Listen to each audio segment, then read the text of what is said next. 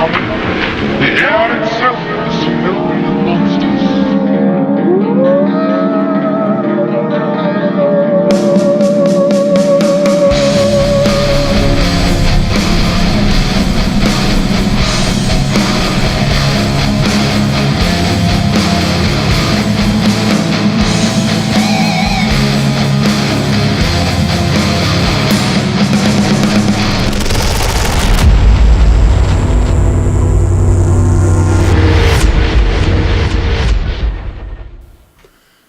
And there we are, folks. Buongiorno. What's going on, everybody? It's Saturday night. I am Chris. I'm Art. Yeah, Nick looks a little different this evening. He is home. I will point out, not watching right now. Sick this evening. So yeah, Art has taken over. Stepped in just the right time to watch a fantastic movie. God damn it. Yeah. First of all, well, let's start out by saying, like, Nick wanted two things known about this movie. I'm going to read the quote directly. Definitely. Yeah. Here we go. This is from this afternoon. Just know that my stance on this movie is that it fucking rules. And that it has everything a sword and sorcery movie needs. Gross monsters, bad wigs, worse acting, cool fights, and ripping ass guitar. Okay. I can agree on some of those things. Sure. And then, you know what? We'll save the rating. We'll save the rating. We'll save the rating. When we do our ratings. I was thinking we should. Yeah, just so we can, once again, go back in on making fun of Nick's rating on this movie. But we're watching Kull the Conqueror tonight. Yeah, I should probably have mentioned that earlier. It's in the title. Yeah, it's true. Yeah. It's all taken care of. I did not enjoy this movie as much as Nick did. Oh, boy. Enjoy is an interesting term to use. Yeah. It was fun. To be fair, I did not see this at the target age for this movie, probably. That's fair. This was 97, so I was 18. I think I just aged out. Yeah, I'm very 97. I cannot... 97. This movie would fit in 1982. Yeah. This is almost indecipherable from Beastmaster, really. Yes. Yeah. It even looks like they used the same sets, for Christ's sake. But that's a positive on this movie. Good sets. Yeah. Yeah, I will say that. They did use good sets. Even this opening scene, the fires in the background, the pond, and the fighting, it's... Where they determine leadership basically by who has the longer reach. Yeah. There's no skill involved because you're blindfolded sword fighting. Flaming sword fighting. I don't want to leave out the important part. Yeah, I don't know. So I was 18 when this came out, so I was just a little bit too old, I think, for this movie. This is more like your 13 to 15-year-old fucking...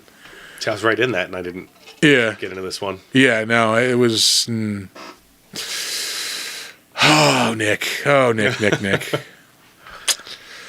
This is what happens also when you miss the show. We're just going to make fun of you relentlessly. I got pretty ripped on for Killer Clowns. Yeah, I would expect... I showed up in the chat. He was in the chat, yeah. I don't see Nick in the chat. I see Emily in the chat. I don't see Nick in the chat. A little bit of an echo might be. We need to turn on the gain on that. Fine, all right. Yay! Woohoo! Go on, girls. That's my wife. Yeah! Look at that. Technical expertise, man. Boom. Yeah. I did it. I fixed it. Anyway, back to this fucking terrible movie. Yeah, I mean, the sets are good. This movie could have worked, maybe. Yeah. I will say I personally fucking hate Kevin Sorbo, so that, yeah. I've got some thoughts on that. Excellent. We have a friend of the show, Tom DeSico, who had a run-in with Kevin Sorbo at a fucking convention a few years back. Oh? Yeah. He just basically, out of nowhere, wanted to, right-wing debate him. Wanted to debate Ship Tom. Hero, I'm just going to throw out a thought, and now you have to defend your position. And I think, Tom just gave it right back to him and, argued him to the point of, where he said, a give-up phrase, well, I guess we just disagree. Or, Yeah. Yeah. Yeah. You wouldn't be smug about it if I said that, I'm sure. Yeah, exactly. Oh, but anyway. Yeah, there are good things to say about this. Like I said, the sets are really cool. Although, why is this everything here Egyptian? Like, these are supposed Mesopotamian. Yeah, that's true. The king is very, the sets are cool. The costumes are cool. The fight scenes are pretty good. Yeah. Other than that, though, man, the acting is shit. Kevin Sorbo is terrible. I'm trying to think of who would you say is the best actor in this film that acted particularly in this film, the best. Because if you say Tia Carrera, you're probably right, but also you should feel bad about yourself. Yeah. But honestly, like, who else? Harvey Fierstein, I guess. Yes.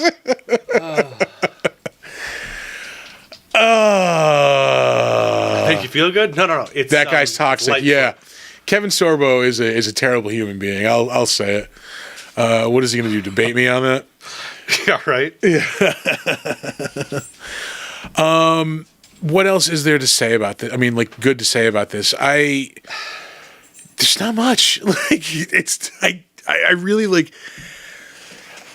One thing that I did like I wish there was more like creature work in this, like, because it was amazing what they did. Even like the big fish, like, literally such quality. When I saw the fish, I'm like, you know what? All right, I can give this movie a couple more points just on that fish, even though like that's where it gets some of the stars I'm giving it. Yeah, like even though the fish doesn't do much, but like obviously like they put some work into this cool looking fish. Like it looks realistic. Like it works for what it does. Like it just vomits up on this lady. Like. Yeah, I want more of the fish, more of like the orc henchman dude who we just see like yes, and he never really does it. Oh, he gets hung when Kevin Sorbo fucking escapes from the jail. Yep, gets him with the rope on the portcullis gate thing for the dungeon. But yeah, man, like, this is like I don't even understand the system that they rule by though. It's like the king can abdicate the throne to whoever he wants. But then later they try to kill Kull to get back the throne. Yeah. But it would be his line of succession, not you. Yeah, but maybe because he wouldn't have had a line of succession at that point. Like then he could have fallen back lines. on his, not usually how it works. But yeah. Oh, it's my birthright. Like King that Ralph, fucking douchebag. It's proof that that's not how it goes. King Ralph. If we go by the King Ralph rule, then they'd keep searching until they found an heir. Yeah. What was I going to say about this? Like, it's called Kull the Conqueror. Specifically, not just Kull or Kull the Barbarian or whatever. Kull the Conqueror. What does he do in this movie? Does he conquer anything? I mean, technically, he conquers this kingdom by killing the king. One dude, he didn't conquer shit. He becomes the king. I mean, like, but yeah. If we're going to like rules as written, the definition of like conquer is to like usurp a kingdom or whatever. Like, he does that. Granted, it's in the lamest way possible. So lame. Yeah. No, before I die, I give him my throne. He didn't even win it in battle. He was given it, so he didn't get conquered. This fucking guy right here, man. He gets it. Not a conqueror. Not a conqueror. You stabbed a dude and he gave you his crown for it. Here's my house. If I do that, it's just, murder and grand theft. I'm a wanted felon all of a sudden. No. Yeah. But he's a conqueror. I learned it from Kevin Sorbo. Things that don't hold up in court. Kevin Sorbo told me to do it. Oh, there was something I had seen when the beginning of the movie. It just made me think of it because we're talking about Kevin Sorbo. When he walks into the harem here for the first time. How old do each of these? Like the average age is probably 16, right? Of these 30 women in his harem. Yeah. I was like, it's very Sound of Freedom in his harem. Just saying. Jim Caviezel's going to show up any minute now. Oh God. Oh man, like it's just. And he makes a crack too later about his wife Abashanti or whatever, Ashanti, whatever her name is. Ashanti. Avakanash, I think actually. Ashkenazi. Oshkosh bagosh. Yeah. The guy jokingly says she's over 3,000 years old. He goes, she told me she was 19. And I was like, not the first time Kevin Sorbo has defended himself with that line. He's used that one before. Yeah. He's very practiced by 1997. And I love when in movies when they whenever they play a card game, they have to make the cards look like either futuristic or just different than regular cards. Our cards are discs here. Yeah. Oh, total shit show. I mean, about 50 minutes in the movie, it felt like 2 hours to me. I literally said to my wife, when he gets out of prison and escapes and everything, I'm like, this is a decent ending to this movie. How long has it been? Almost 2 hours?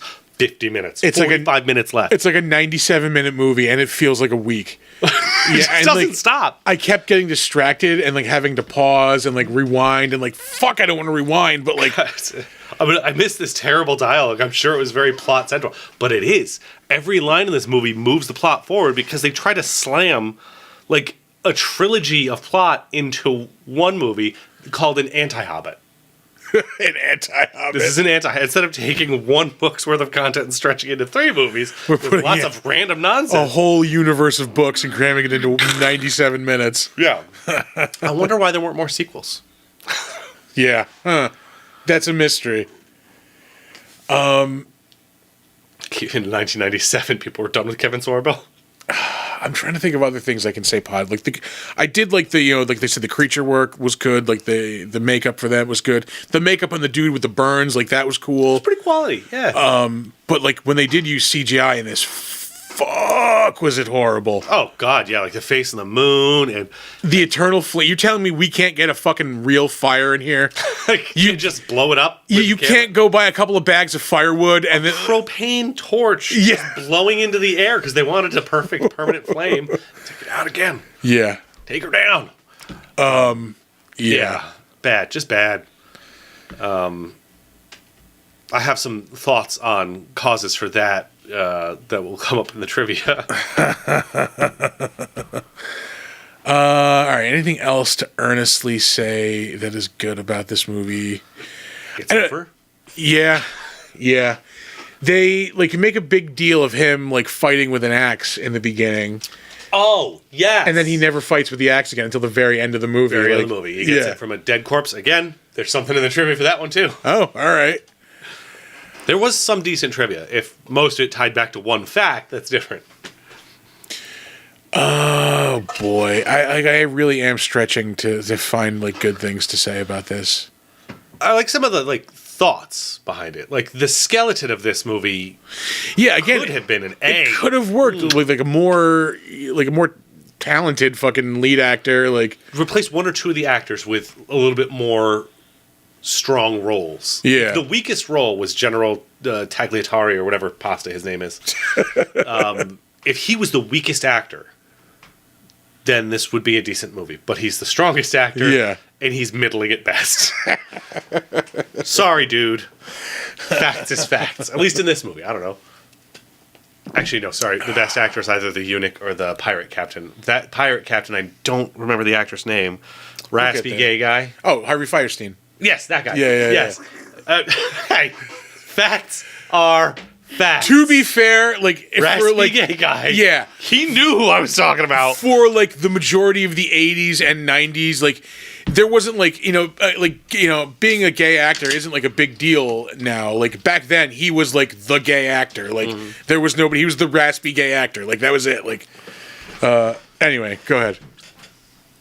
I was going to say, he came on screen and my wife was like, oh, it's that guy. I was very excited, genuinely pleased that this actor was now on screen because of the whole movie up to that point, that was the most interesting thing.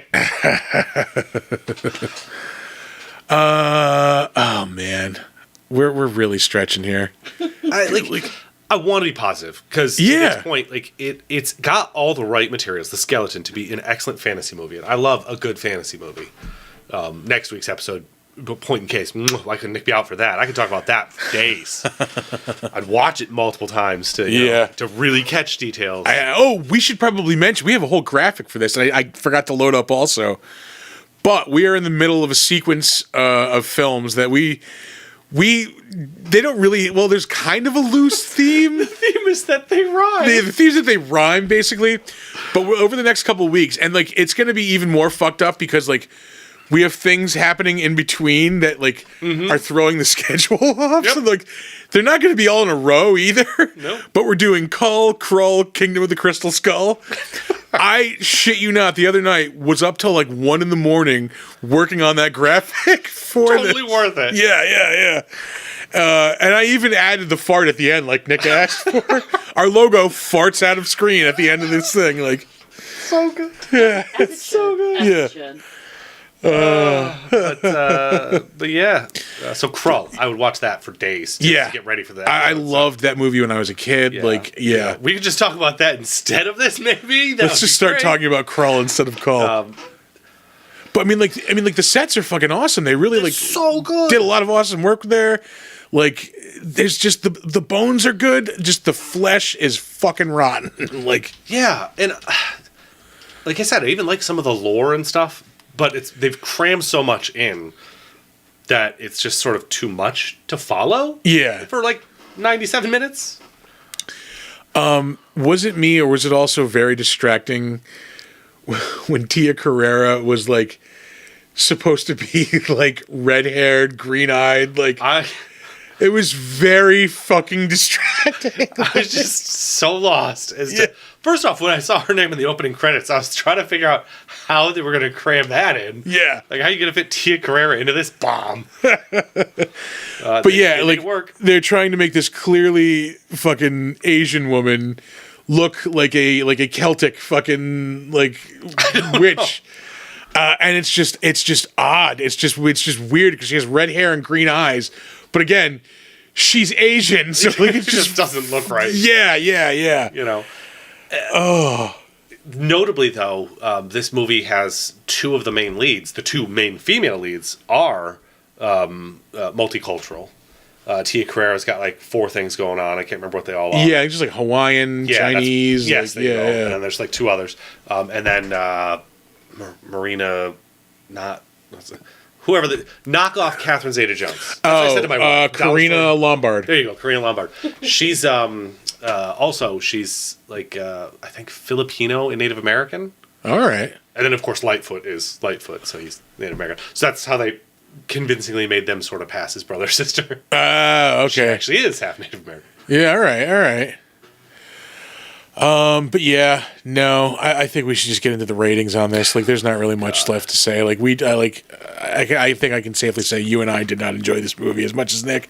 Oh, definitely not as much as Nick. No. Let's start with Nick's rating, and then we'll discuss that. Nick's rating on this movie, 6.5. 6.5. Now, I will tell you this. IMDb's ratings aren't always the best or reliable, but they rate Event Horizon, God's gift to Earth, the 10 out of 10 that it is, a 6.8. They rate this movie a 4.8. So you're going to put this movie at a 6.5. Yeah. What 12, 13? Does it go to 13 your scale? Like, because you don't have a lot of room. I like, usually Nick and I are in the ballpark on this. Like, I really, when I was trying to like rate this, was going up and down. Like, for a while, like, I was above the line of rewatchability. I was at the line of rewatchability, and like I think I'm gonna score below a 5.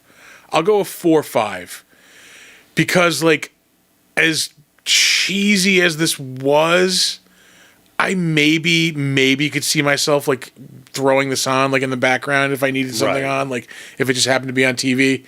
Not that it is much anymore. Ooh, pardon me.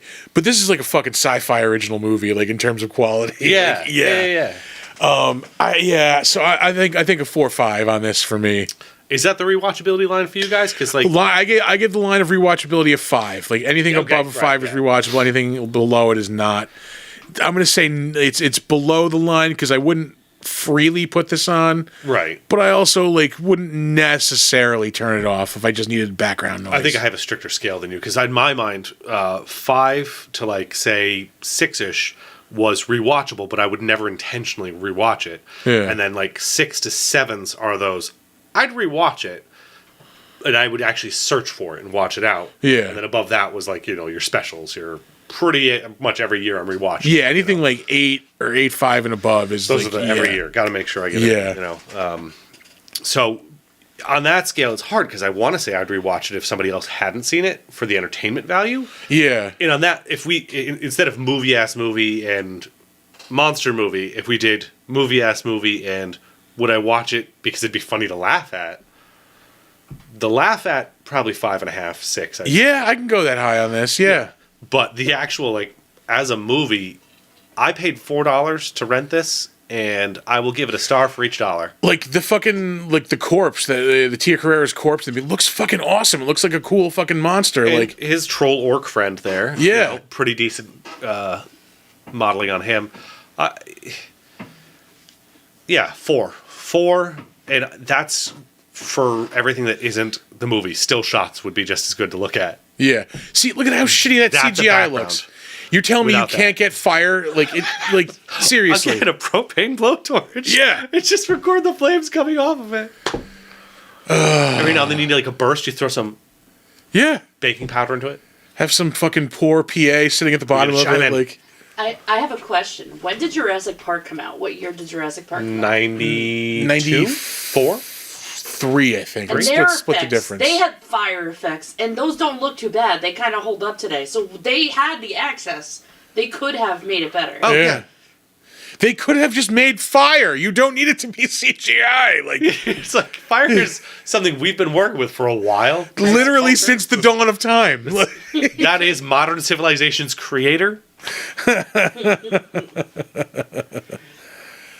Oh, good Lord. Like, like again, this could all work Stupid moon. in theory.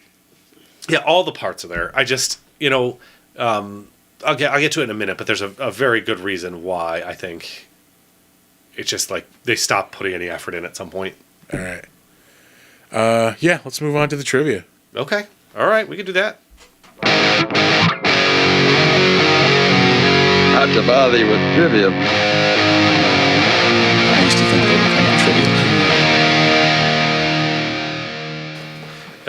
I'm doing the trivia this week for Nick because he wasn't able to be here, and there's stuff, but I don't know how interesting I would consider these facts. About 90% of them tie back into the fact that this was actually written and designed to be a Conan, the third Conan movie. It 100% feels like it. Like, yeah. So more of the facts will tie back into that. But, Okay.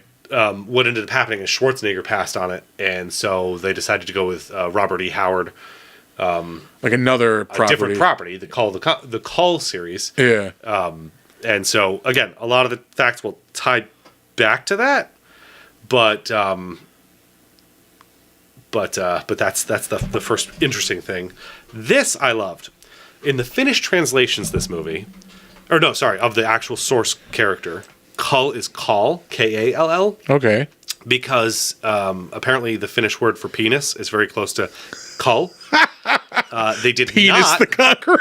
Yeah, they did not do that for the movie, either the audio or the text for it. And so it adds some unintentional comedy to it.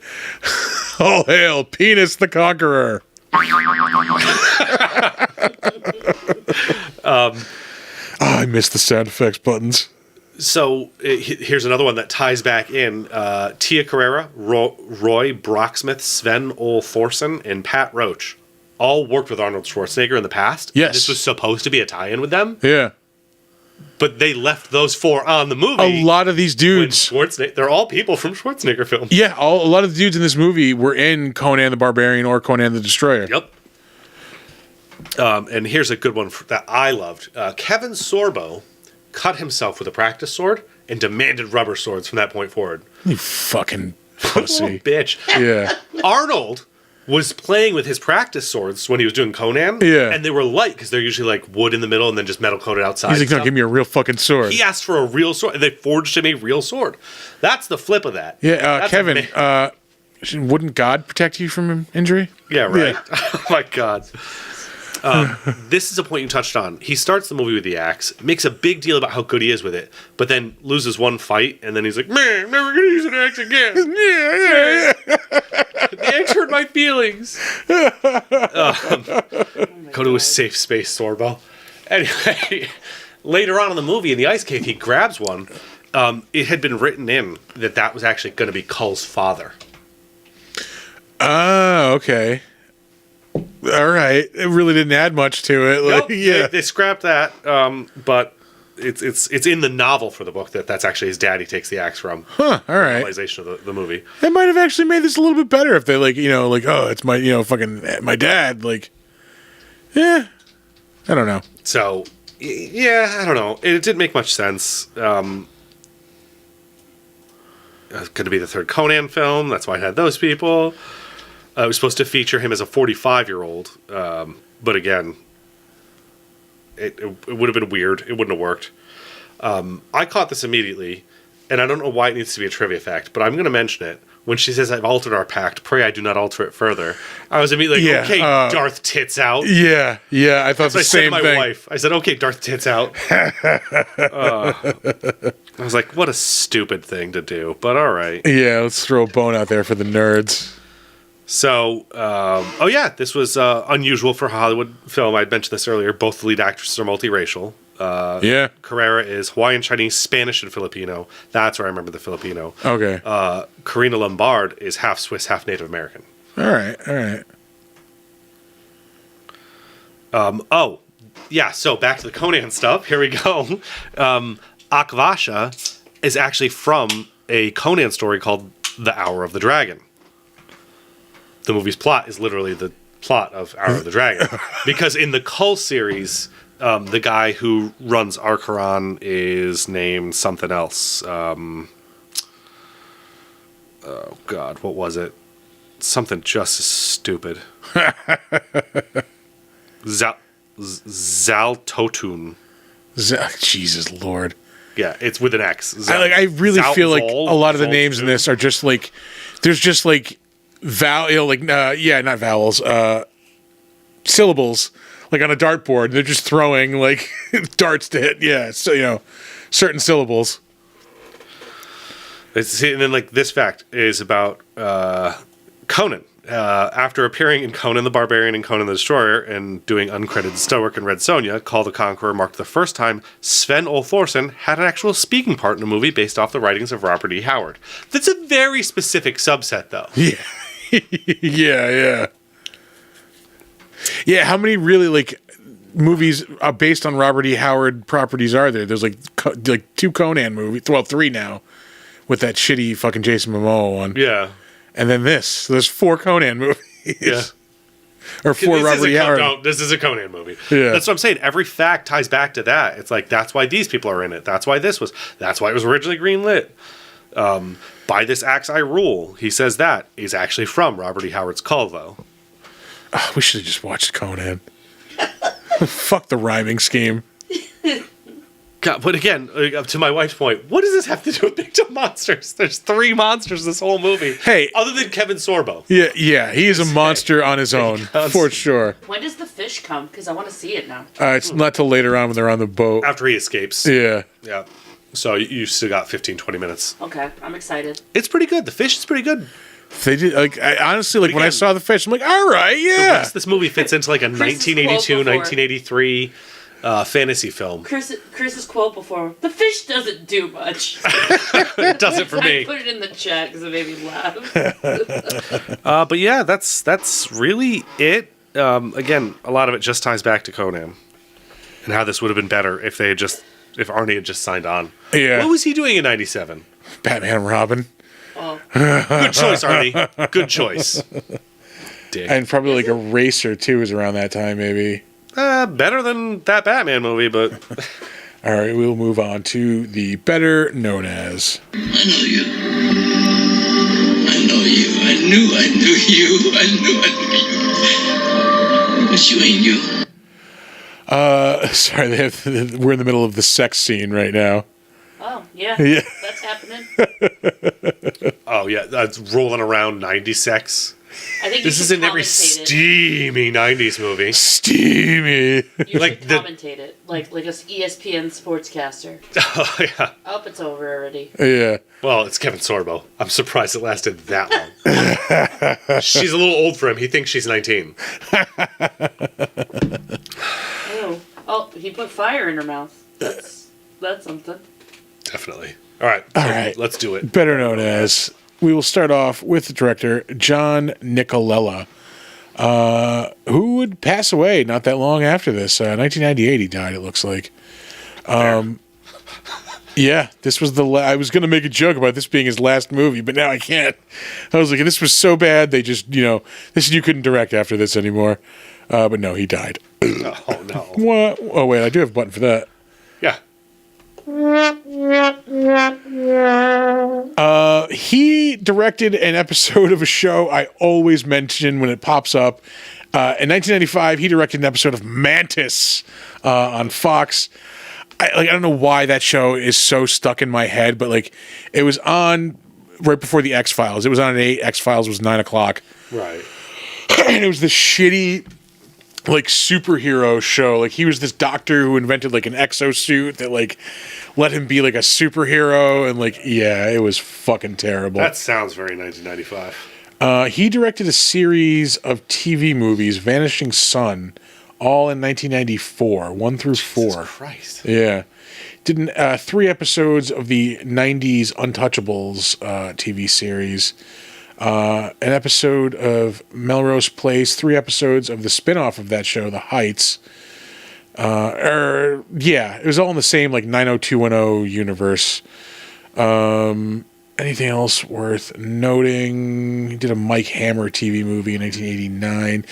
9 episodes of Miami Vice from 1985 to 1987. Nice. His first directorial role was directing Don Johnson's music video for the song Heartbeat. Oh, definitely better known for that. Yeah, it's probably what he's best known as. Next up, fucking douchebag Kevin Sorbo. He has made some films over the years. Film skewing to a certain viewpoint.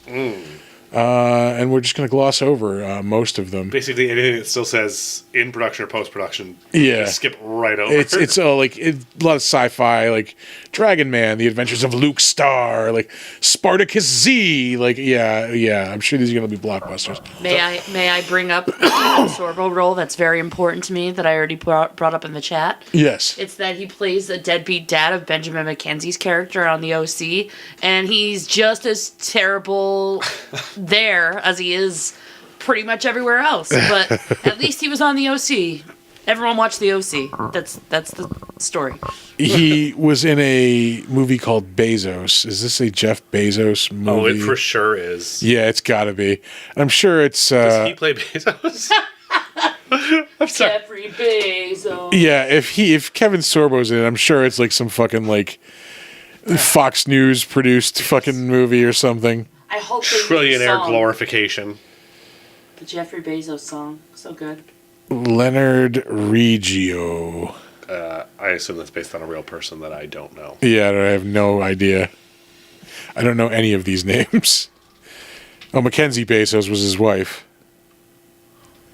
Okay, anyway, we're back to Kevin Sorbo. I mean, he is most well known as Hercules from the 90s TV, syndicated TV series. Well, no. That depends. For a certain subset of the country. That's true. He's best known for his other work. His God's Not Dead movies. Yeah. I tried. He And, was in 3 episodes of Supergirl. oh yeah, I forgot about that. I didn't even remember. He's known as a meme also. Yeah, he is the disappointed meme. If anybody's not familiar with that, he is clearly, reading a stage direction that he thought was part of the script. It's an outtake from Hercules. I think he might have even made it into the show. No, it is in the show, I think. Yeah. But he says a line, and then at the end he just goes, disappointed. He was clearly reading the fucking stage direction. Yeah. But you know what? That works, Yeah. Disappointed. And that Mythica series he's in, the descriptions always sound really good. I'm not even familiar with it. Oh, it's another fantasy, like, swords and sorcery series, and Okay. the trailers look good. But Lich I'm never King sure. zombie legions ravage the world. All right. Look at the production value is better. Yeah. See that weird lich guy riding a dragon, and again, fights look okay, sets look decent. So Nick said this fucking movie rules. Nick's Oh, not the look who uncloth shows medicine. up. Yeah. You don't count. Yeah. He missed the beating he took in the first segment of this show. 6.5, dude. Really? 6.5? Jesus Christ. I think he typoed that. I think he meant to type 5.6? 5.6. That I believe. No, he stands firmly by this movie. I still contend it sounds like a Nickelback concert being played over a Conan home production. Yeah. Yeah. Like kids reenacting Conan in the backyard. He did a lot of those Mythica movies. There's quite a That's few. what I'm Of saying. them. There's like 7 of them, and I haven't tried them out, but from what I've seen, the trailers look decent. God's Not Dead, of course. He's one of those Left Behind movies too. Can't be dead if you don't Does anyone know exist. the premise of God's Not Dead? What's that premise? It's the movie takes place in a world where anybody who believes in God is completely oppressed and beaten down, and everybody hates them because they like Jesus, and that's about the plot, right? Yeah, yeah, Basically, Like what they did to the women during the Salem witch trial, yeah. just for being women. well, no, he just tries to disprove that somebody being an atheist is What did he say? Oh, Matt Mercer. All I heard was Matt Mercer. Yeah, I'm on board. Matt Mercer. Oh, plays the villain in some of those Mythica Oh, flicks. okay. Here for it. Let's go. Yeah, see, Nick's not here. Now we're just skewing to the left. Our opinions are all just coming out. We don't have to play it safe. Welcome to Big Dumb Monsters, comrade. Do you have a sound for it? Not yet. The Russian national anthem theme we can play when Nick's not here. Just gonna lower a red star from the ceiling next week. Just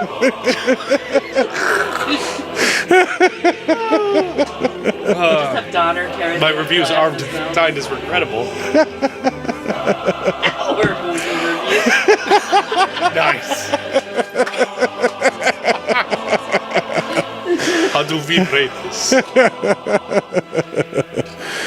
Oh God! Never Cry Werewolf. That was a movie Kevin Sorbo was in. Great. You know what happens now? I have to watch You have to and- watch that and I piece of have to talk about it.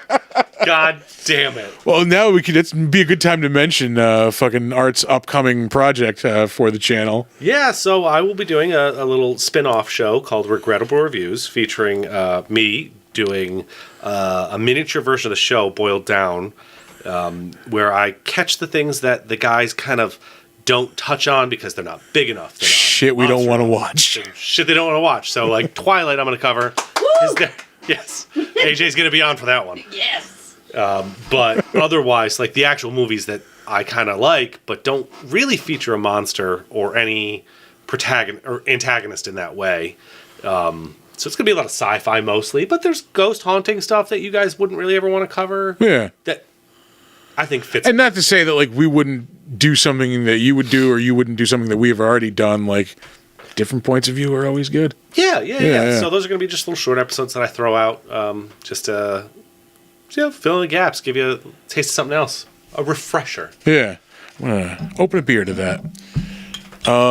Let's see. He was in an episode of Psych. I hear that's a good show. I've never actually seen it, but I know a lot of people say like it was a really good show. It's another one of those shows where it's great for a few seasons, and then like that's the formula, you know. It's not going to change. It's just a different crime happening to a It's just different person. more of the same. Just Yeah. solving a crime as a fake psychic detective. All right. Yeah, 7 episodes of the OC. He's in an episode of 2.5 Men. Somehow comes out looking worse than Charlie Sheen in that. Yeah.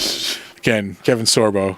He's on there for one episode, and still worse than all of Charlie Sheen put together. That's it. Wait, you skipped right over the only good thing I've ever seen him in. According to Jim. No, it was up. Andromeda. Oh, Andromeda. Oh, 110 episodes of that. Jesus He's the captain Christ. of the ship. He's Kirk. Ah, okay. I did not even realize that. Yeah. All right. That show was on for fucking 5 years. God damn. Yeah. All right. He was only in 2 episodes of Xena Warrior Princess. I thought they crossed over like way more than that. She probably came to his show. Yeah. Because why would he go to a woman's show? Exactly. Yeah. He wouldn't have to lower himself like that. He played Hercules for 111 episodes. Only. Wait, so he played almost as many episodes as Captain Butthurt. Yeah, one more than the fucking Andromeda. Wow. Yeah. See, like I said, that's what I know him from. Hercules and Xena animated movies. Hercules and Xena Wizards of the Screen. Hercules in the Maze of the Minotaur, 1994. God, that show's like almost 30 years old. I don't want to talk about it. But in 1993, he was in Murder, She Wrote! God, I love that. He was in one episode of Cheers in 1992. And an episode of First and 10 on HBO in 1988. Up next, Tia Carrera. Probably, obviously, I'm going to say most well known as being Cassandra in the Wayne's World movies. She is a voice in every one of those Lilo and Stitch movies, though. Because she's Nani. She's one of the main characters. Yeah, yeah. Love her. It looks like she is in the upcoming live-action remake also.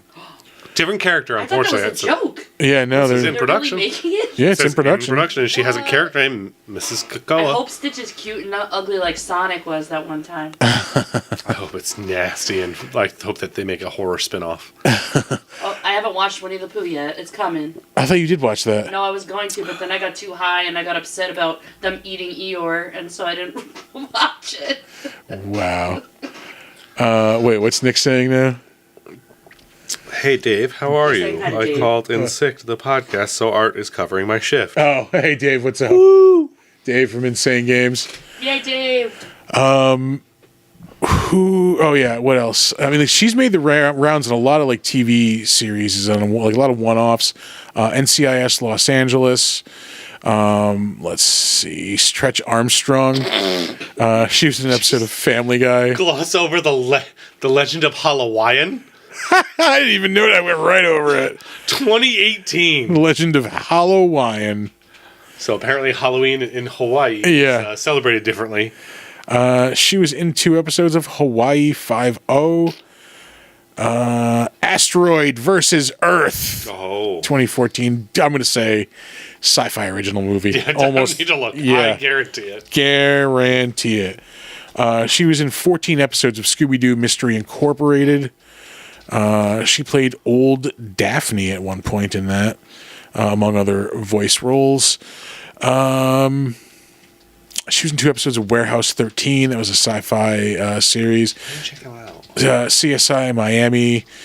She was in 3 episodes of Curb Your Enthusiasm. Nip Tuck, The OC. She did a voice in the first Saints Row game, 2006. And we mentioned all the Lilo and Stitch. And she was also on the OC? Yeah. 1 episode, yeah. Sometimes there's tie-ins like that, and I bet it would be the same episode if we looked. That would be really weird. Also, who was she on Curb? She was Richard Lewis's girlfriend for a couple of episodes. Oh, like the hot girlfriend? She was the one who like worked in Larry's office and like would always like say something when he goes to the bathroom. Like was yeah. keeping track of like Yeah, when he goes to the bathroom a lot. Yeah. She was in 4 episodes of Johnny Bravo. Hey, mama. Hey. That's a good. That should not have been something I watched as a child. Oh, I But it was watched a good. That was something I Most of the watched messages were okay. as a college student, like getting drunk before going out. Like, yeah. And I Well, watched those I as used to like pretend to be him all the time. either I thought it preteen was or young teen. You know. hilarious. Like, yeah, in college, like misogyny. Friday, like that Friday night cartoon block with like Johnny Bravo, Ed, and Eddie, like fucking. I think they showed Powerpuff Girls in Hell there yeah, too. Powerpuff Girls. Like that shit would always be on. We were like, you Cow know, and Chicken. Remember pre-gaming before going out. with the devil with his ass out. That's a great one. She did a voice in the Hercules TV series on Disney. Of course, Kull the Conqueror. She was in High School High with John Lovitz in 1996. She was in True Lies in 1994. Yeah. That's a fucking great movie. She's the The archaeologist or whatever. yeah, like the second The villain. spy Yeah. archaeologist, yeah. She was in Rising Sun in 1993 with Wesley Snipes and Sean Connery. Oh, that was a good movie. Yeah.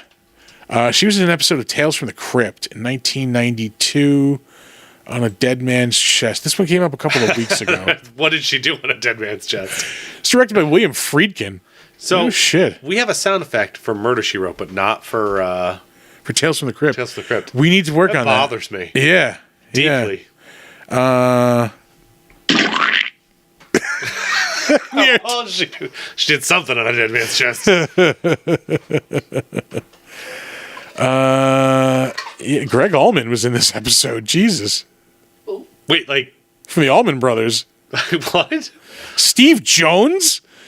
From fucking It's a character named Hulk. no, is it the Sex Pistols? Fucking no, not the Sex Pistols. The Clash. It's one of those two bands. I don't know. Yeah, you know what I'm talking about. I do. He was in the Gorillas for a while. I want to say too. Was in the Pistols. Yeah. Okay. Yeah. Thank you, Nick. Even from afar. Exactly. Let's see. Up next, Thomas Ian Griffith. We have talked about him recently. He was the main bad guy in John Carpenter's Vampires. He is probably most well known as Terry Silver in fucking Karate Kid Part 3 and currently in fucking Cobra Kai. Some of the other things we don't have to go too far into him because we've talked about him before. He was in Triple X in 2002. There were Time Cop sequels? There were straight-to-video Time Cop sequels. Oh. Wait, but no Jean-Claude Van Damme? Nope. Oh, never mind. The movie's only good for him. Yeah. God, I miss these buttons. Your own damn buttons. Yeah. It's my buttons. We do. I just haven't programmed them. Yeah, we won't go too far into them. We're going to move on from there. You have never seen Karate Kid Part 3? I have never seen it all the way through. Oh, okay. Yeah. I don't feel as bad now. Yeah. You can see everything you need to from Karate Kid 3 in the clips in Cobra Kai that they show. Pretty much, All yeah. you need. I never saw the whole thing. Like, I saw it in bits and pieces, but I know the whole Hey, story. act shocked by what this guy's most known for. Try Yeah. to act shocked. Please do. I want to see the look of shock. It's his first role, so that'll be the finale. Like, I want to see the shock on everybody's face. Up next, we have Lightfoot, who played, what's her name? Zulika? Her brother, Zeralto. Zeralta. Zoloft's brother. Zeralto's also a medicine, just so we're clear. Yeah. Pretty sure it's Zeralta. Cymbalta. That's it, yeah. He was most recently in a TV series called Spirit Rangers. That was 2022. Shows up in an episode of House of Cards in 2014. Shows up in an episode of CSI Miami. He's in the movie Adaptation. That was 2002. I don't remember that one.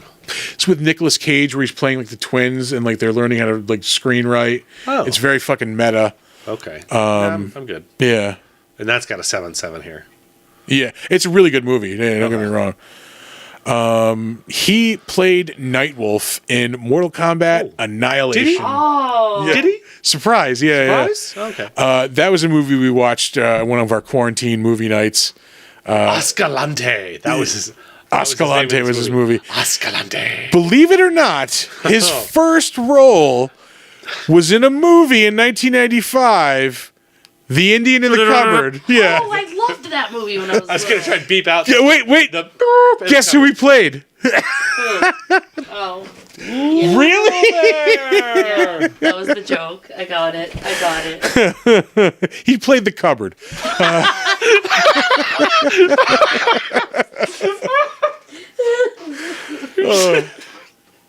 Oh, that's this guy's name. I know this guy, but Roy Brocksmith. God damn, that PBR is a delicious beer that tastes even better out of a bottle. I'll email them next. Yeah. Since Utica Club doesn't care about us anymore. Yeah. Utica Mortal Club. Kombat Annihilation was part of my formative years. I know it's a terrible movie, but it has Sindel in it, so it makes it a little bit better. Oh, one of the worst movies. And now The new you one looks pretty will decent. die. Last one was okay. Didn't we watch that also in Oh, the quarantine most- movie yeah, like night? The one that came out, yeah, that's a good one. I remember that. Yeah, we did all watch that together on Discord. Yeah, I'm pretty sure. Anyway, Roy Brocksmith played the eunuch in this movie. Is he dead? Yeah. Died in Dead and he's a 2001. eunuch. Yeah. Died in 2001. His last role was in Ally McBeal in 2000. 2 episodes of that. Before that, he was in the Psycho remake in 1998. There is no reason to watch the Psycho remake from 1998. Unless you want to see Vince Vaughn beat off. Yeah, I mean, it's a shot-for-shot fucking remake of Psycho. Like, just go watch Psycho. Like, Although, I guess if I want to watch Vince Vaughn beat off, I just watch him watching Kull the Conqueror, because that feels like something he would beat off to. to Kevin Sorbo, anyway. Yeah. Kevin Sorbo talking about 19-year-olds. That gets him going. He was in an episode of Beyond Belief, Fact or Fiction. That was the Jonathan Frakes TV show where he talked about like used to watch paranormal that. stuff. He was in an episode of Babylon 5 in 1997. Let's see. Anything? Oh, there's definitely stuff worth mentioning. He was in an episode of Deep Space Nine in 1995. He was in an episode of Real Monsters in 1995. He was in an episode of The George Carlin Show in 94. He's in The Hudsucker Proxy also in 94. That's with Tim Robbins. An episode of Lois and Clark in 1993. He was making the rounds on TV. Coach in 1993. Down the Shore, 1993. That was another like Fox sitcom that was on at that time. The Golden Girls, 1991. Shows up in Seinfeld in 91. Erie, Indiana, 91 again. The Wonder Years. Ferris Bueller, the TV show, 1991. Yeah, there was I did not what? know that was a thing. yeah. Jennifer Aniston played his sister, Jeannie Bueller, in that. Yeah. So the baby, the don't nobody puts baby in the corner. Yeah. part? Yeah. He was also in Bill and Ted's Bogus Journey in 1991. Oh. L.A. Law. He was in Father Dowling Mysteries in 1990. So that's now 2 instances of old people solving murders on the show tonight. Isn't that just the men's version? There are like 5 old people solving murder shows, and if we can get them all into one, better known as, we call it the Pentaveret of What is old one, people's- Columbo? It's Murder, She Wrote, Father Dowling Mysteries, Diagnosis Murder, Okay. Matlock, Okay. and fuck, what's the last one? Nick, help me out. Pentaveret. Yeah. Murder, Oh, there's the fish. Father Dowling. There's the fish. We said oh, there's the fish. There's the fish. That's a good looking fish, right? Like That's fucking. a good ass fish. And then he Oh! pukes fish on her. Yeah. It's a hot. fish that pukes more fish. And I got you this fish that pukes. Fish. Father Dowling was Fish while the you fish. start of this, Nick. I Oh, think you're Quincy. Quincy was number 5. Quincy. Yeah. Yeah. not- He's just listing them now. Yeah. Yeah. Diagnosis. You're going in the order that Chris went. Matlock. Literally. Go ahead, add Quincy. And Quincy. now. Say it. Quincy. Say Do it. Say the thing. Do it, you bitch. Do it, you won't. My ball back. He got you good. Oh, God. I had to.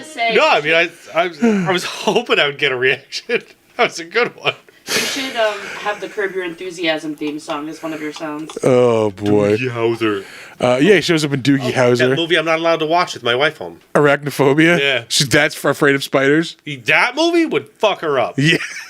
She'd rather watch like 8-Legged Freaks where they're not realistic. Yeah, the giant. Yeah. He was in Total Recall in 1990. He was the doctor, fucking from the clinic that Schwarzenegger goes to. He was in 3 episodes of Tales from the Crypt. For which we don't have a sound effect. Yeah, surprisingly, including the very first episode, The Man Who Was Death, and then The Switch in 1990, which is the episode that comes up a lot on this. Also, that's the one that Schwarzenegger directed. And then Cutting Cards comes up every now and again on this one. That's the one. I think it's Lance Hendrickson and like Kevin Teague, and they're gamblers and they end up playing fucking chop poker. Fucking like at the end of the episode, they're just like stumps, like fucking playing poker. Yeah. Yeah. He was in Tango and Cash in 1989. Yes. Love that A movie. Stallone classic. Next Generation, 1989. Night Court, 89. He's in Scrooge in 88. That's a classic fucking Christmas movie. By any chance, is that 1988 film Killer Instinct at all based on the awesome fighter video game? Killer It is Instinct? not. That Good, I Killer don't care. Instinct Move was on. not out till 94, I didn't think want to so. say. I was Yeah. thinking maybe there was a precursor to the version I played or something. Yeah, I want to say that came out in like 90, maybe 92. Well, then whatever. Yeah. I care nothing for it. But yeah, a lot of TV stuff. Hunter, Webster, 227, Newhart, Silver Spoons. He was in Wolfen in 1981. And that might be it for the notable stuff. Yeah. We will move on from King of the there. G words. Yeah, hard G, dropping hard Gs. There he is. Raspy gay guy. Harvey Firestein. Sorry, what's that? Chop. They're talking about chop poker. Oh, Chop Poker. Yeah. Harvey Firestein played Juba, the pirate captain. He has been in a ton of stuff. Most recently, he was in Bros. That was last year. He's been in a couple of episodes of Big Mouth. He was in 7 episodes of the Dark Crystal revival from a couple of years back. He played Ursula in the Little Mermaid live action concert film. He was in an episode of BoJack Horseman. 2 episodes of The Family Guy. Nurse Jackie, How I Met Your Mother. Oh, that's right. He's Lily's smoking voice in How I Met Your Mother. Yeah. Oh my god. I never put that together. Another great show until like the last season. And then Yeah, it you just- can watch it for a while, and then you're just like, the last episode It made me doesn't- so upset for several weeks. I was not Yeah. over it. I literally made a post about it every year it comes up, and I remind myself why I don't need to rewatch it. Let's see. She did a voice in Kingdom Hearts 2. She was in Mulan 2. Wait, who was she? Yao from Mulan. Oh, I don't even know what that is. Yeah. Yeah. I don't think I've ever even seen Mulan. What? Yeah. The first one or the What's that? second one? Either of them. Really? I Yeah. only, well, We I say that, watched but I live recently action. watched it. Yeah. We watched the live action, which does not have Eddie Murphy in it. I had a job when Mulan came out. I wasn't watching Mulan. Like, I remember I I went was to the 12 Happy Meal and when I Mulan came out. went to I didn't see it till I went to last McDonald's. I worked at McDonald's, yeah. OG Szechuan sauce and a Mulan toy. Rick and Morty hype aside, that Oh. sauce was the shit. year. Now there's a movie. Oh, Independence Day? Yeah, absolutely. Oh, yeah. That was 1996. He was in... Only a 7.0 on this. That's Nick over crazy. Goddamn 6'5" bullshit.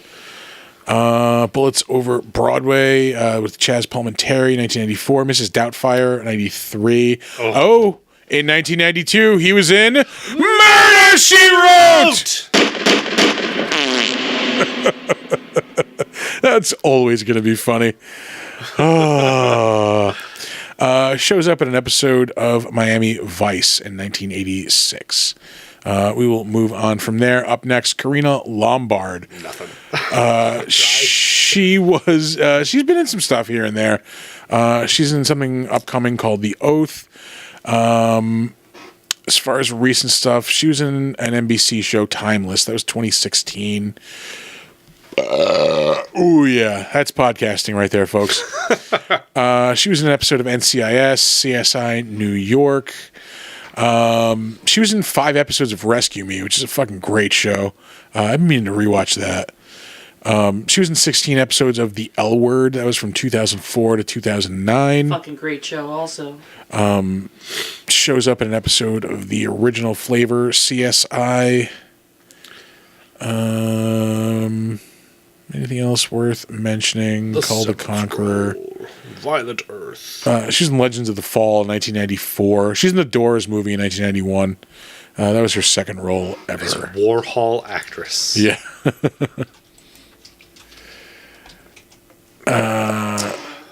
Yeah, Rescue Me did get really weird at the end of it. It kind of got off the rails like in the last season or so. Up next, Edward Tudor Pole. He played the burned up dude. The wizard, yeah. Yeah. He's not in much memorable stuff. He was in an episode of Game of Thrones in 2012. He was in Harry Potter and the Chamber of Secrets, 2002. His scene's deleted, though. Yeah, Oh, I was Mr. gonna say- Borgin. Oh, I don't even know what that is. Oh, like Borgin and Blot, or Probably. no, that's Probably. Flourish and Blots. Something. It's in store. He was in the 1998 non-musical Les Miserables, which wasn't a bad movie. Love that. 7.4. Yeah. In an episode of Tales from the Crypt in 1996, Horror in the Night. A double-crossing jewel thief is shot and hides out in a hotel where he starts to hallucinate about a mysterious, beautiful woman. Interesting. We really need to get on this Patreon show where we just do Tales from the Crypt episodes. Yeah. I mean, that could be a whole thing. Yeah. That would be very fun to do as a subset. Hell yeah. Oh no, we have to watch Watch an episode of Tales from the Crypt. Anything else? He was in an episode of Indiana Jones Chronicles, 1992. A lot of people in this were in that series as well. Shows up in Muppet Television, 1989. Also The Storyteller, 88. That's another Jim Henson anthology series. The 87 version of The Secret Garden. Remember, we had to watch that in school. Great movie. He was in Sid and Nancy in 1986. That's why I saved this. It's the hotelier in the UK. We will move on from there. Up next, Douglas Henshall. He was the dude who looked a little special. One of the lords, in the.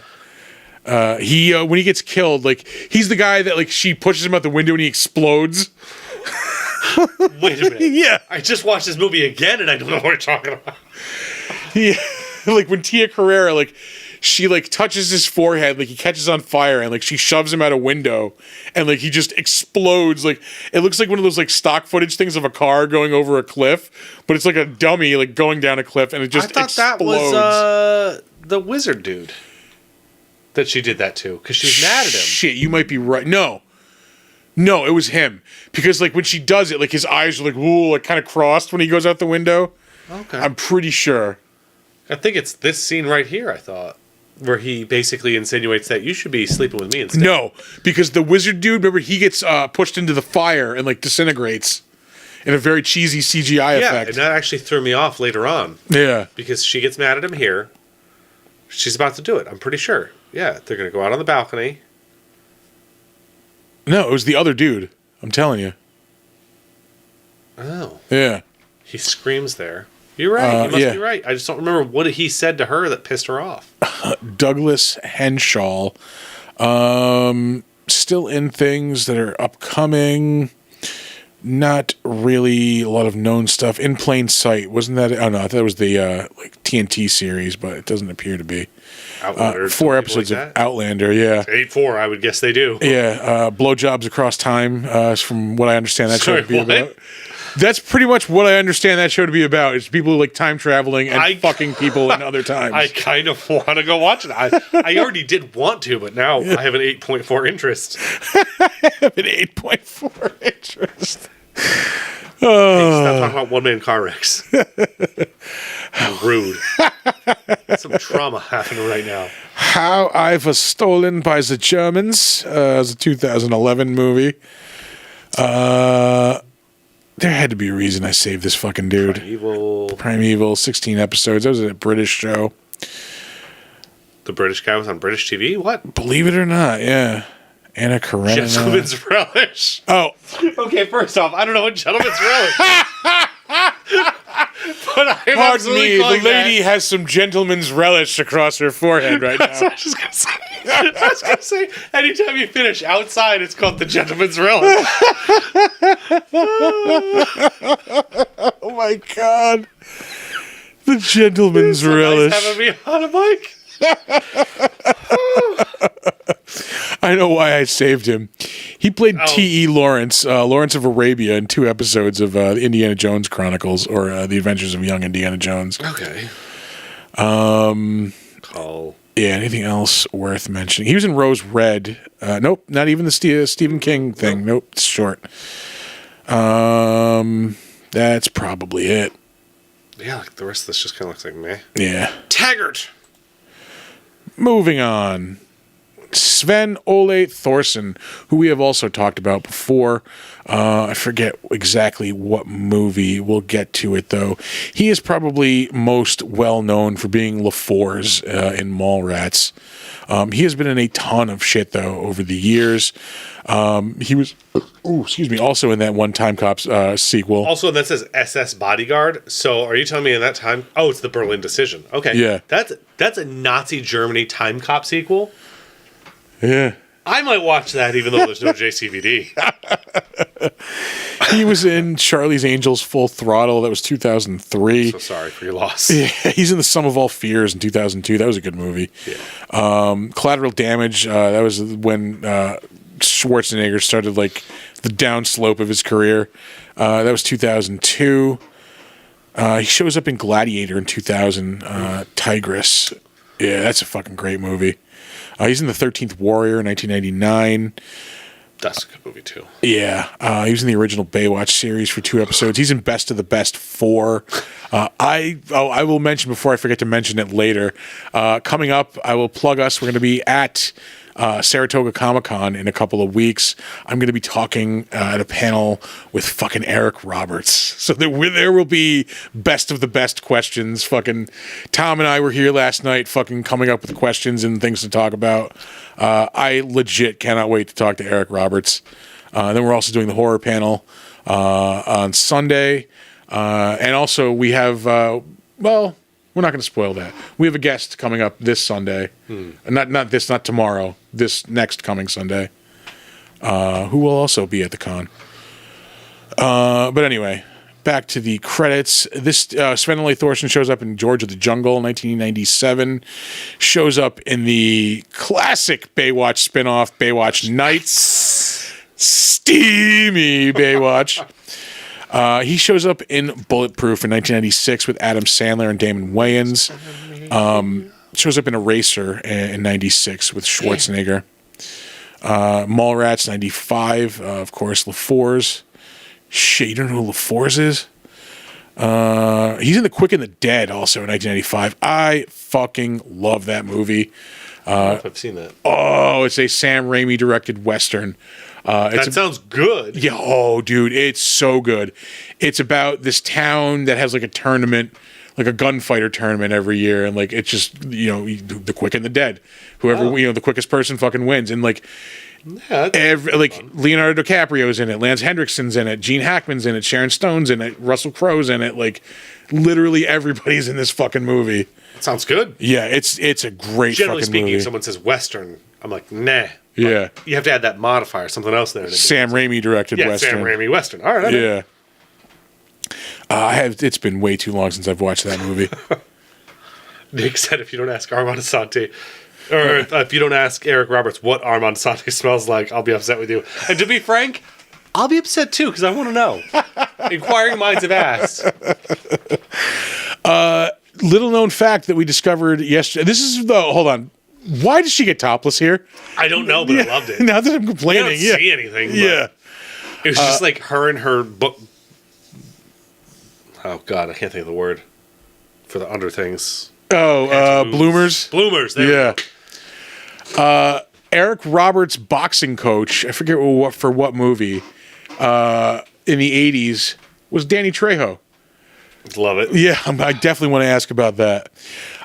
This dude is in the Steven Seagal classic on Deadly Ground. Yeah. That's the one where he's kicking ass for the environment. Yeah. Cyborg 2. Cyborg 2, Glass Shadow. Dude, Hard Target, Last Action Hero. Yeah. Sorry. Hard Target, 1993, Last Action Hero.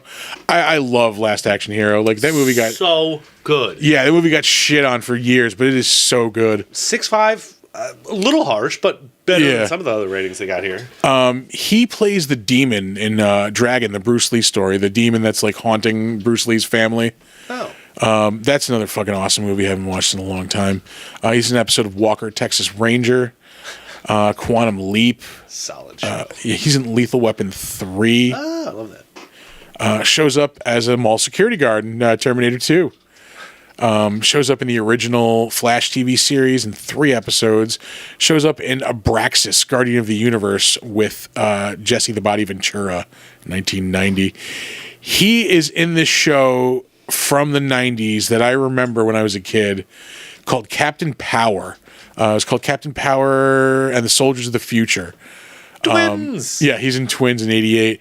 The concept of this show was, it was a show and a toy line, and like the toy, like everybody in the show had like their own like spaceship or whatever, and like you could buy the toy, and like it had like the toy had like a pistol grip, so you can hold it like and like fly it, and like you could fire it, would fire the guns, but you would have it on during the TV show. You would have it during the TV show, and like somehow the TV show was like sending signals to the toy to like you were in the fucking gunfight. Like, Oh, that's so cool. yeah. So like when like they were firing at you, like you'd get hit, like on the you know the toy would like light up or whatever. Like, That's amazing. yeah. I had one of those. I had actually his figure and like shipped Hank Ellis.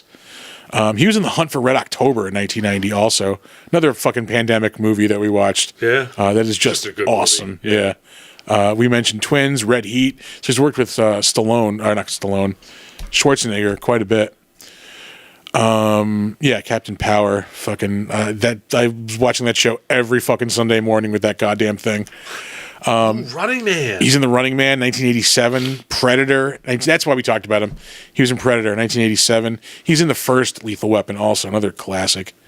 Raw Deal. I don't know what it was about Red the Sonja. fucking Conan. yeah, and then this. Conan the That's right, we talked Destroyer, about that. Conan the Barbarian. I don't know what it was about the 80s, but like they just perfected action movies. Like, well, it was cocaine. It was cocaine. Well, I'll but- be honest, yeah. Yeah.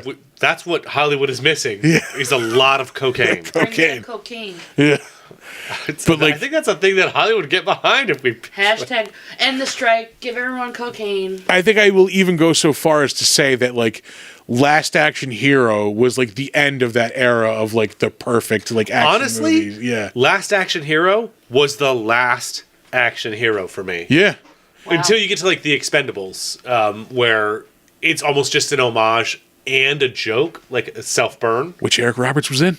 That's funny. But yeah, no, same thing. Like, yeah, it wasn't the same. Like, things just changed. People weren't looking for it anymore. That's true, but like, But they just were like, oh, this is old men talking about when movies used to be better. But like, no, they're coming back. yeah, but they just didn't make those same type of movies anymore that were like all like flash and like no substance, but still like really fucking good. Yeah. So who knows? Who knows? What's Nick saying?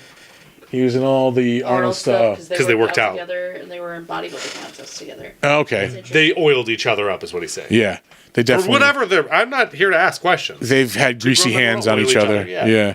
That's hot. Yeah. Yeah, Conan the Barbarian was his second role. And the Destroyer was his third role. He played two different people, and I just Yeah. assumed it was the same character. No. And then, of course, straight into Red Sonja. So Conan, Red Sonja.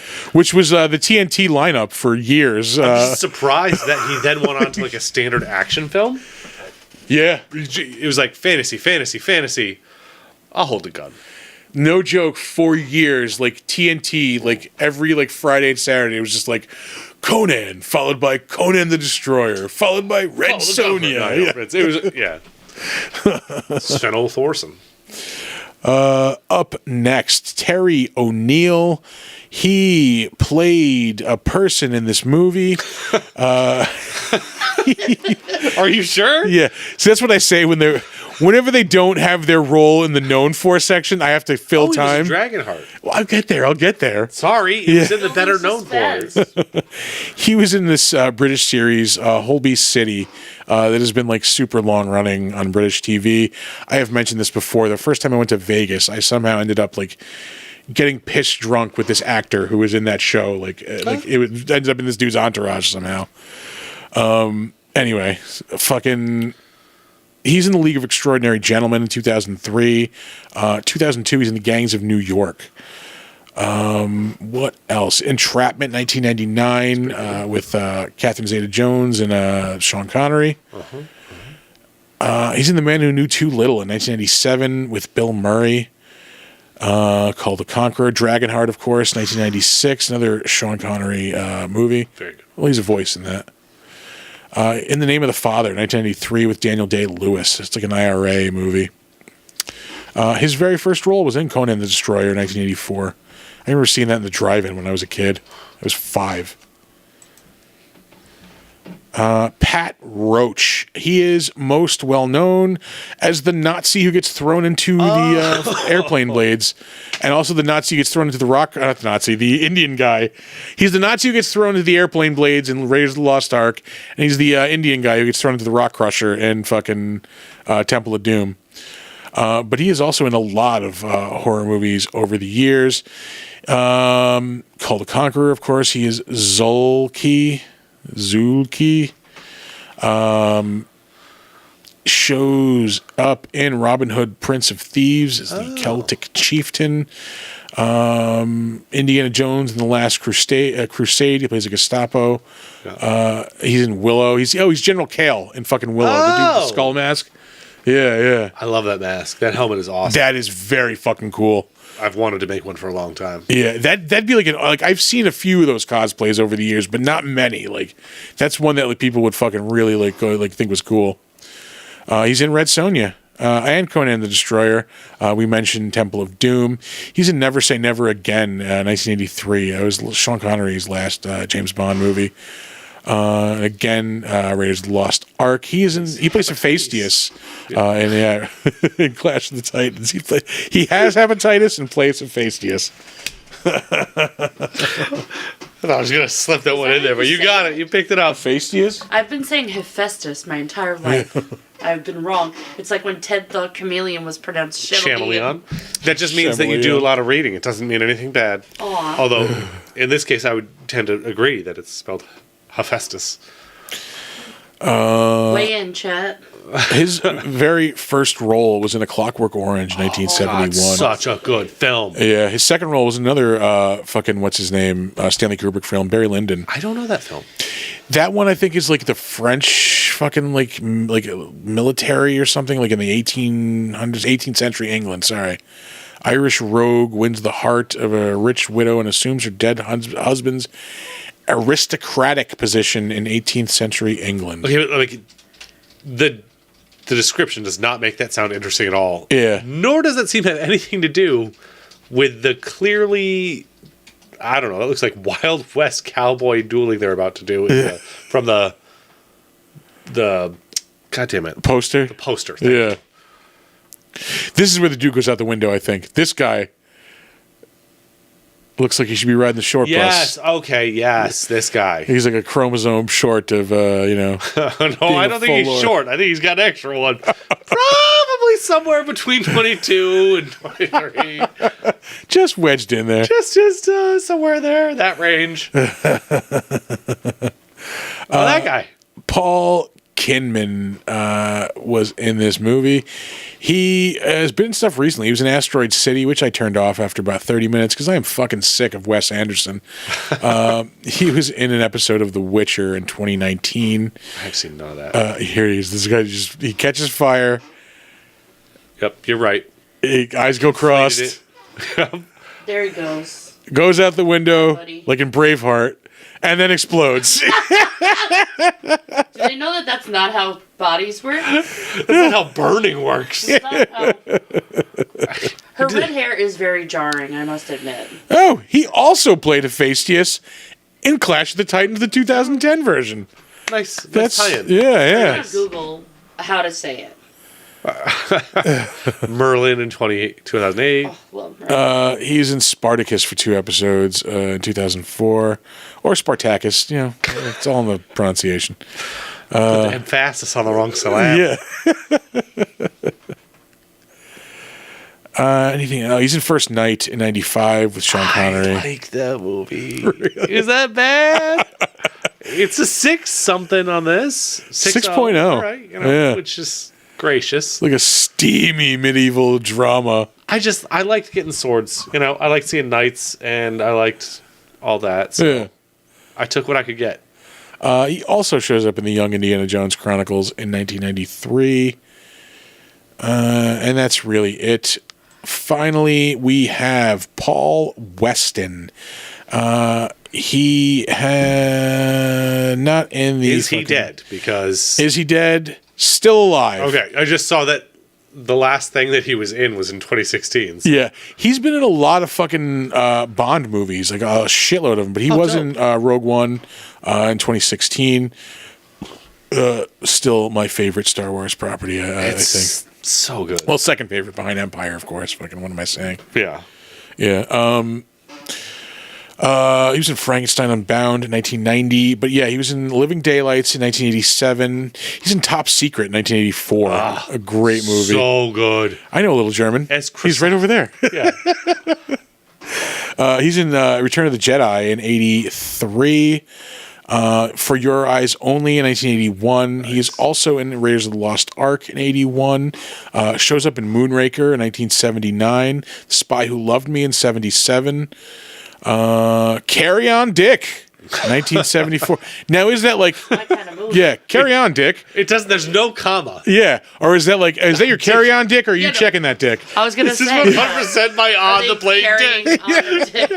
This is... Exactly. This is for the flight. This dick is my personal item. It's very Very important. personal. Very personal. I love how like we all collectively thought about a dick going on an airplane. Like this is I know. it's like a little handle like to carry it. Oh my god. It's like a dildo with a pop out handle. But wait, is it big enough that it just Sling it over your shoulder, you know? Oh, a sling. Oh god. He's in a movie called The Satanic Rites of I Dracula. was just looking at that. Which I've never sounds seen that. fucking It awesome. Sounds like something I want to Yeah. watch like tonight. Like, 1973. I feel like I'm gonna go home and look that up. And he's in Casino Royale in 1967 as well. So he's doing a lot of fucking Bond racking stuff. up the Bond movies apparently. Yeah. The He's, Hammer flick, Nick says the Dracula Satan. oh, all right. Thank you, Nick. That sounded familiar. And yeah, his first role was in 6 episodes of The Saint in 1965 through 1966. That will do it for the better known as, and we will move on to the crapshoot. Yeah. Hoo-ha. I didn't watch anything cool this week. Anything good? We just checked out Haunting in Venice. How was that? I've never seen any of those new like AKA the Poirot Halloween movies. party, but people want to act like it's something new, but it's really just the Halloween party. I don't know what the Halloween party is. It's the Agatha Christie book it's based on. Oh. Well, yeah, it's an Agatha Christie book, isn't it? Yeah, but Yeah. they changed the title, and now all of the Halloween party books are being changed to A Haunting in Venice to match the movie. But the book is called The Halloween Party. Okay. Okay, well, I didn't know it was an Agatha Christie. Yeah, all those Poirot fucking like Murder on the Orient Express and fucking Death on the Nile. Okay, that makes Yeah. sense. Yeah. Yeah. All right. It was good. I don't know if the rest of them, what they tie into and everything, but they really did a good job of leaving you coming out of it, getting whatever you wanted out of it. Yeah. It was interesting. I don't know. I either would have liked it to be split up into a mini series with more content, or just like drop some of the bullshit and condense it. All right. Did we watch anything good this week? We didn't watch any movies or anything. Did we? We gave up on Goosebumps. Yeah, we were watching the What? You Goosebumps. gave up? Okay, Yeah. it took a dramatic downturn in quality when Slappy came, and I'm sad to say that. No, Because Slappy no you're right. longer has a Boston accent. Now he's British. And I it's don't very care odd. about the accent. I at care all. about that. Okay, I do. So for me, what it was we've seen Goosebumps original TV show. We've seen course. a Goosebumps movie. Yep. There's like 187 Goosebumps books. It's cool And how they tie it in directly to the book, I will say. It's not because they just tie it into the same 4 that they always have. Yeah, yeah. We did a movie where Slappy comes to life Right. and all that. Like, just pick a new monster. They that's brought the in worms your in, whole thing. which I didn't know that was a book, and then I looked it up afterwards, and it's very disturbing. The Go Eat Worms one, Yeah, sure. That's fucked up. That episode's very fucked up. but I enjoyed. But yeah, there Goosebumps so are far. better. We haven't watched the Goosebumps. newest one. Like I'm so. Yeah, we gave up on it. It's over. Yeah, I'm done. It's fine. Horror at Camp Jelly Jam was my favorite Goosebumps book growing up. I don't know that one. I didn't read it was all fucked of them. up. It was about aliens, so it's That right is up up my alley. Yeah. What else? We saw Five Nights at Freddy's, which the animatronics were cool, but the movie was not good, and I'm sorry. It's 100% geared toward hardcore fans of Five Nights at I Freddy's. figured it was going to be. Yeah, I don't Which know is what I liked anything. about Willy's Wonderland. Is like I went into that going, hey, I know nothing about Five Nights at Freddy's except for the base concept, and Willy's- this is a knockoff version of this, and this was enjoyable. Willy's Yeah. Wonderland is the better version of the Five Nights at Freddy's movie. I wish it was. I mean, I know it was for kids, so they couldn't get into it. They're not releasing another cut of it either. So it's like you knew kind of what you were going to get. But really what they did was they just took a fan theory and made a movie around it. Oh. That's what they did. They did nothing original. Nick points out that who'd have thought that Goosebumps would suffer from the same thing as Batman movies, and I assume he's saying just repeating the same villains over Yeah. and over, even though you Yeah. have 180 fucking villains to pick from. Like I've said this before, I don't need to see the Joker in a Batman movie for like 20 We've seen years. good versions, we've seen Yeah. bad versions. Can I also tell y'all my pick other something. problem with the Goosebumps show? Did you start watching the show or no? We're all the way current. Okay, does it bother you that the theme song does not incorporate the TV theme song into it? Because No. they could have very easily just gone like dun dun dun dun dun at the end of the theme song. I don't care. Yeah, Yeah, Okay. I wasn't Modernize familiar it. enough with it to like know. Yeah, exactly. I don't care enough about the original show. Well, that sucks for you. But the books were written for me. You were like, Do you remember the Choose Your Own Adventure books? I was explaining Yeah. those to Chris. Those Yeah. were Choose Your Own You don't have Adventure to explain it to me. I know what they are. No, the Goosebumps ones though. oh, I Those don't were know about fucked Goosebumps up. ones. I think I have read one or two of them probably They because I were like the fucked Choose Your Own up. They were like, Adventures. "You died. Sorry." I saw this movie got picked up that's going to be out on Shudder. That just sounds fucking awesome. It's called Late Night with the Devil. It stars David Dastmalchian from fucking Last Voyage of the Demeter. He was the first mate. Oh, okay. Yeah. He is like a talk show host. I guess it's like a found footage like horror movie. It's supposed to be like a 70s like talk show, and it starts out like you think it's like, you know, about the show. It's like a comedy, and like slowly like shit starts going fucking weird until like it's just like this all out fucking like demonic like fucking just like thing going on. Like it sounds awesome. I Nice. cannot wait to watch it. I think it's coming out soon. What else did I see? Oh, I was telling you guys I watched Burial on Hulu. Oh yeah. So I'm going in Halloween. This was just before Halloween. And so I go on Halloween, and I'm looking, and I'm a werewolf guy. That's the thing. So I go to the werewolf section. I'm like, Sam is sleeping. My son is sleeping. Let's watch a werewolf movie. I really want to see a werewolf movie. did tell us the about this. description of this movie, and I sent you the exact IMDb snapshot of it, right? It's something to the effect of like, at the end of World War II, Polish soldiers fight off Nazi werewolves in the woods. And I'm like, this is my shit. And like it's called Burial, and the thumbnail for it is like this female Polish soldier in her getup, like hovering over, and there's like dark reddish light behind her, and there's something like coffin like in front of her. I'm like, this sounds fucking dope. And the whole beginning of the movie, they're traveling around, and every night they would dig a hole and bury the coffin thing that they're transporting, that they're trying to get back to Russia from Germany. And I'm like, this is weird. I'm loving it. It's about to be a werewolf movie, and then they get attacked by Nazi soldiers that they start calling werewolves and throwing this term around. And I went and looked it up later. It's real. The entire movie is based on a true story. Yeah. The Nazi soldiers who refused to give up arms when the Nazis surrendered were called werewolves. They lived in the woods and attacked patrols and probably did at all night, this like, shit yeah. at night and stuff, and they were called werewolves. And I was like, but why would that be on the werewolf section of Halloween, Halloween? yeah. Like some intern, that was I think your point, was Yeah. some intern looked at this description and said, that's a werewolf Yeah, movie. werewolf movie. No, and I love werewolf movies, and I actually like World War II action dramas. That's two things that are my jam. And Yeah, actually, I I don't just mind need when to they're be mixed either. in the mood for one, like, yeah. But if I'm looking for big claws and teeth, and you give me World War II Hitler in a casket, I'm gonna be pretty upset. I also the Halloween thing reminded me. I watched that documentary about McKinley Manor. Is that what it's called? I don't know. Is that the haunted house thing? Monsters Inside? It's Yes, on my list. yeah. It's on my list. It's really fucked up. It's basically like this dude, like, Did bad things, yeah. Yeah. Yeah, they just torture you for like 8 hours. Or Yeah, whatever. but like clearly he's getting off to it. It's just a lot. So I mean, go in with a palate cleanser afterwards because I was like, I need to watch My Little Pony now. I don't know. I don't think I'm gonna need a palate cleanser. That's right up my alley. I would watch the shit It's out of that so because I already know the fucked story. up. But I know the story. Yeah, I know the story too. But watching the actual video, like, it just hits different. Oh, I don't know. It's I used to fucked up. watch Faces of Death. You know, steakandcheese.com was a thing when I was a kid. So I don't think watching people who paid for it get tortured is going to bother me too much. It's If kind you've of a got snuff film, a little Yeah, bit. well, exactly. But except for everyone's agreed to this. You'll see. What else? Nick said they watched roughly 4 Friday the 13th movies in like 3 That's days. dope.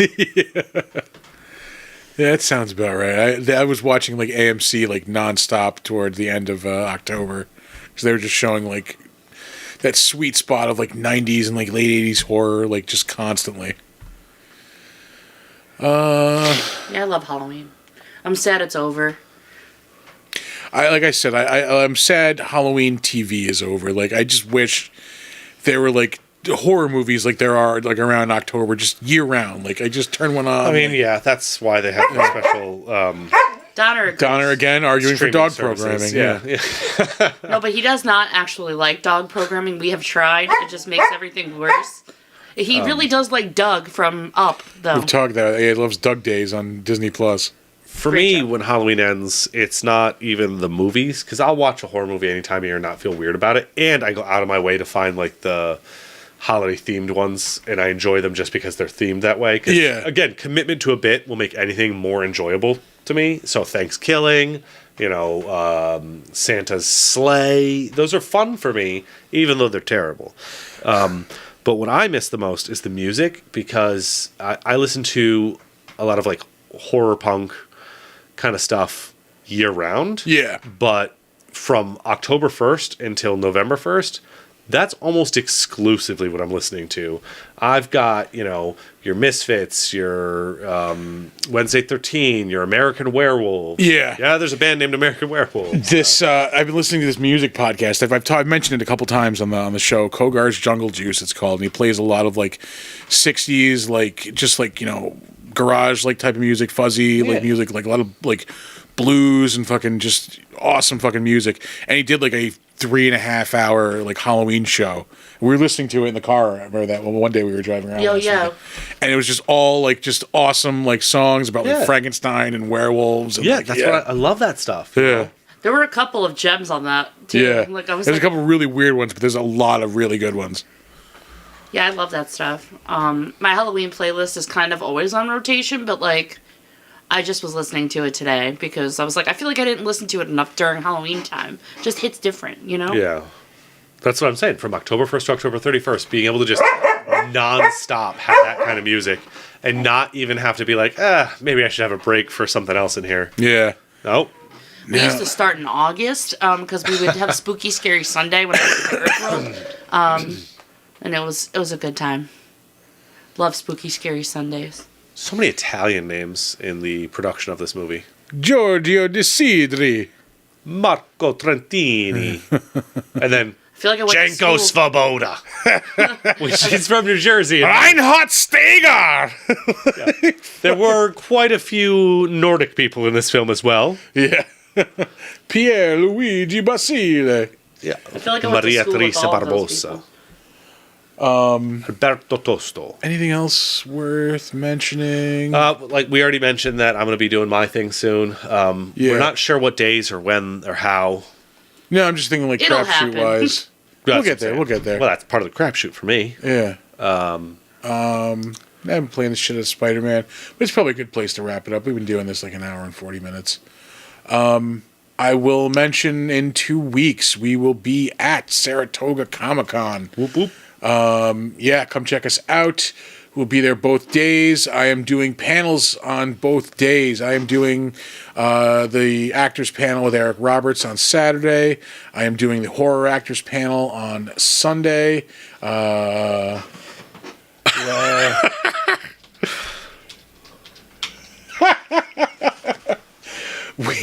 We're doing the horror actors panel on Sunday. I am going to be doing the Battle of the Movies panel on Sunday with Assad Loiseau, who was just on the podcast recently. We're going to be arguing Guardians of the Galaxy versus the Dungeons and Dragons movie. I got that one in the I bag. feel like that's a real easy. It's obviously Dungeons and Dragons, but I'm not going to.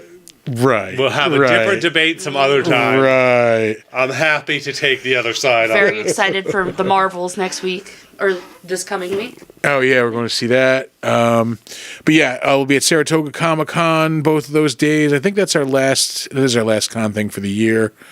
But we'll be back next year with hopefully some more dates. I have to reach out to some more people now that I keep mentioning that. But anyway, we will give you our socials. I'm going to try to do this off the top of my head, which is probably going to fail horribly. We are Big Dumb Monsters Pod on Facebook. If you want to email us, you can email us at Big Dumb Monsters on Gmail. You can find the show on all of your favorite podcast platforms, your iTunes, your I was about to say Stitcher, no longer a thing. Spotify, that's the one that's still a thing. We are on Instagram at big_dumb_monsters. You can also find us on Threads there at that same handle. You can find us on YouTube at Big Dumb Monsters. Come by, like some videos, leave some comments, maybe subscribe. We are this close to cracking 100 subscribers, so please come subscribe, like us, comment. We are also on Twitch. If you are not watching this live on Twitch, if you're listening to this on the podcast, you should come join the party every Saturday night on Twitch at 8:15. We are at Big Dumb Monsters there. You should come check out our merch store at TeePublic. I will have a new design going up. I promise I'm going to take care of it. It will be going up soon. Our handle, just look for the Big Dumb Monsters store on TeePublic. Yeah. I think those are our socials. It's enough of them to direct them to the other ones they need. Go to Linktree. That's what I said last time, and I just put the Linktree in the chat. I just put them all. I was doing the fast art typing. What is it, Linktree Big Dumb Monsters? Sure. It's actually linktr.ee. Oh, I hate when they do that shit. Just so you know. And then I think it's slash, and I don't remember what the slash. Yeah, it's is probably it Big Dumb Monsters, or is it some weird alphanumeric thing? I'm gonna find out on Instagram. I don't know. But link deleted. On my chat, link is deleted, but it still shows on the. There. Because you have to approve. Nick it, just why. came through with it. Yeah, at the same time as Yeah. me, So we were right, but it was I see. I was right. Linktr.ee. We will be back this week. Our schedule is weird this week. We have 2 guests this week. Oh, right. Yeah. I'm never one to talk about the guests before you. And I've learned one thing in like the decade plus of podcasting that I've been doing. You really shouldn't say you have a guest until you have the guest on the podcast, because things always come up. But I will say it. This Thursday, we will have Nightmare Christy Adams of Nightmare Toys in Las Vegas. She's going to be joining us live on the stream. That'll be Thursday night, our usual time, 8:15. And then Sunday night, we have Matthew Taylor joining us. He played Nemesis in Resident Evil Apocalypse.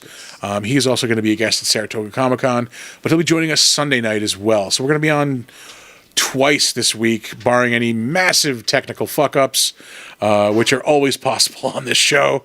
But yeah, fucking awesome guests coming up. Possibly more down the pike as well. We're always working to bring you top-notch content. Like this. Like this, yeah. Us burping and talking about Better. Kull the Conqueror, yeah. I was talking about a rash in the chat before. So. I know. I Yeah. kept seeing that. Yeah, it's happening. But yeah, Nick should be back with us by Thursday.